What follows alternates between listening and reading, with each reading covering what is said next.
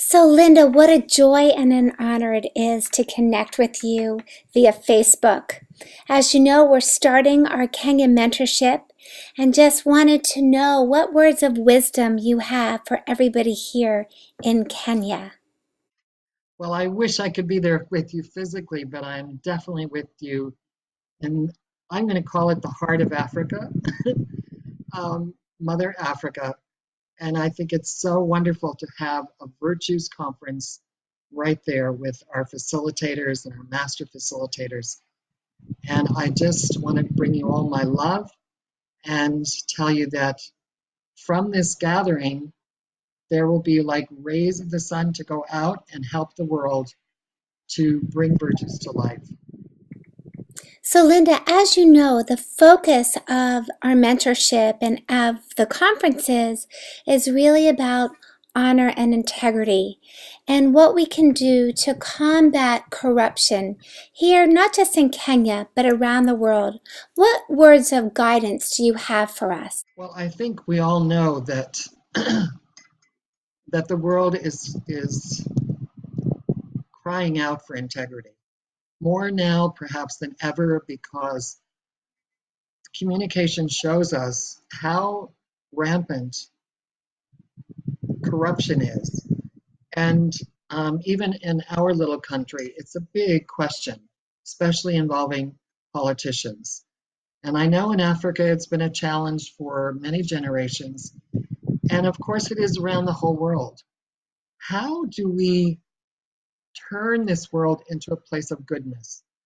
You know, the dream that John, my brother John, my husband Dan, and I had at the very beginning of the Virtues Project was to change the world in 2 generations. And you know, the key is still with the children. How do you change the world? You raise the children to know who they really are and to care so much about integrity and honor that they would refuse to tell a lie. They would never be caught cheating or stealing from anyone. And that being good is part of their very soul. It's part of their nature. It's what they want out of life. So if we want people to start living the good life and to bring those virtues of righteousness, honesty, truthfulness, caring, compassion, integrity, and honor to life, number one, we need to raise our children to know who they really are. And that means that we train them carefully and lovingly. We don't train them with violence, we train them with virtues. And we use the language of virtues. We recognize the teachable moments that are before them and turn any incident not into a shaming opportunity by calling them lazy or calling them cruel or calling them useless. We turn it into a teachable moment by calling them to the virtue. Just the other night, we have 3 grandchildren here on the little island where we live who are island children that have really adopted us. And we were playing cards, which we like to do together. We walk on the beach and then we play cards. And one of the boys was cheating. And I said to him, "Oh, I see you don't know much about honesty yet." He said, "Honesty? What's that?" Now, these boys just arrived about a month ago. And I said, "Well, Tasi, who is my granddaughter, who just turned 6, tell her about honesty." She said, "You don't cheat, you play fair." So he said, "Okay, I can do that." So he stopped looking at his cards and picking the highest one. He put the cards back and played properly. And I said, "You know what? You're doing an excellent job with honesty." Very often with children, they will try anything. But once they know that you have clear boundaries, and my boundary is if we play with honesty, then I will continue playing. If anybody cheats, I stop playing for this card game. You know, sometimes the boundaries are very simple, but setting clear boundaries that are based on restorative justice with every age group, allowing people the opportunity to make amends if they have stolen, if they have cheated, if they have done wrong to someone, um, is a very powerful way to build back authentic self-esteem, but especially in children.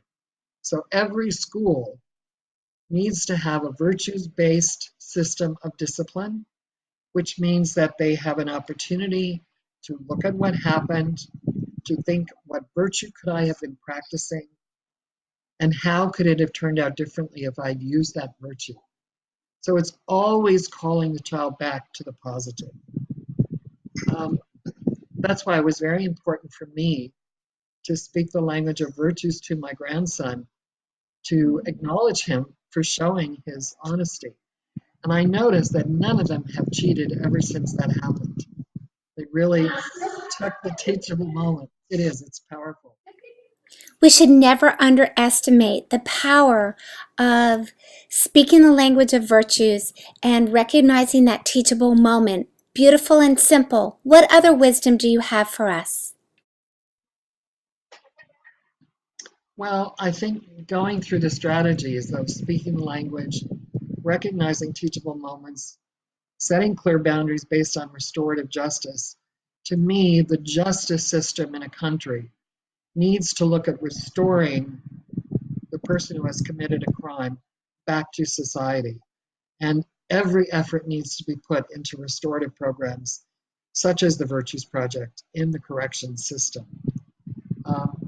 I know that in Australia, for example, I've been to many different prisons, and it's such a powerful awakening for inmates to see that they are more than the worst thing they've ever done, and that they can always choose a life of virtues, even when they're in prison for life.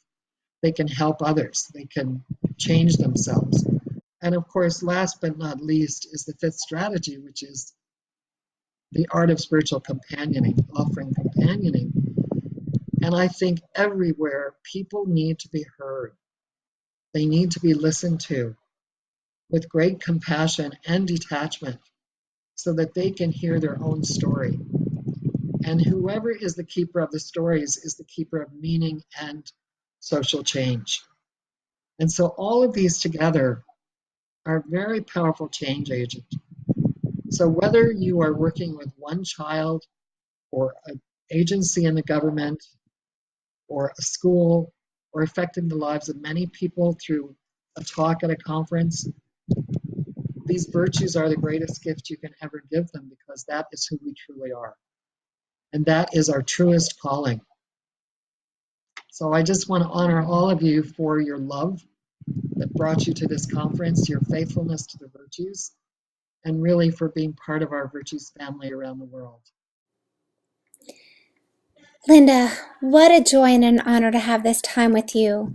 I want to acknowledge you on behalf of our entire community, you and Dan and John, for your generosity of service to humanity, for your courage and creativity and your idealism, your steadfastness, and all the other virtues that you all have exemplified. We love you so much, and you're in our thoughts and prayers always, always. Thank you. Thank you, Dara. And I just so appreciate your generosity and thoughtfulness for recording this so that you could take a little bit of me with you to Kenya. And I can't wait to hear people's stories about how this went. Maybe on the Virtues Facebook page, that would be a great place for some of the photos and the stories. So I'm just praying for all of you to have absolutely the most meaningful experience that you can, and for you to take this out like the rays of the sun and warm the hearts of everybody in this beautiful continent and all over the world. Love you all.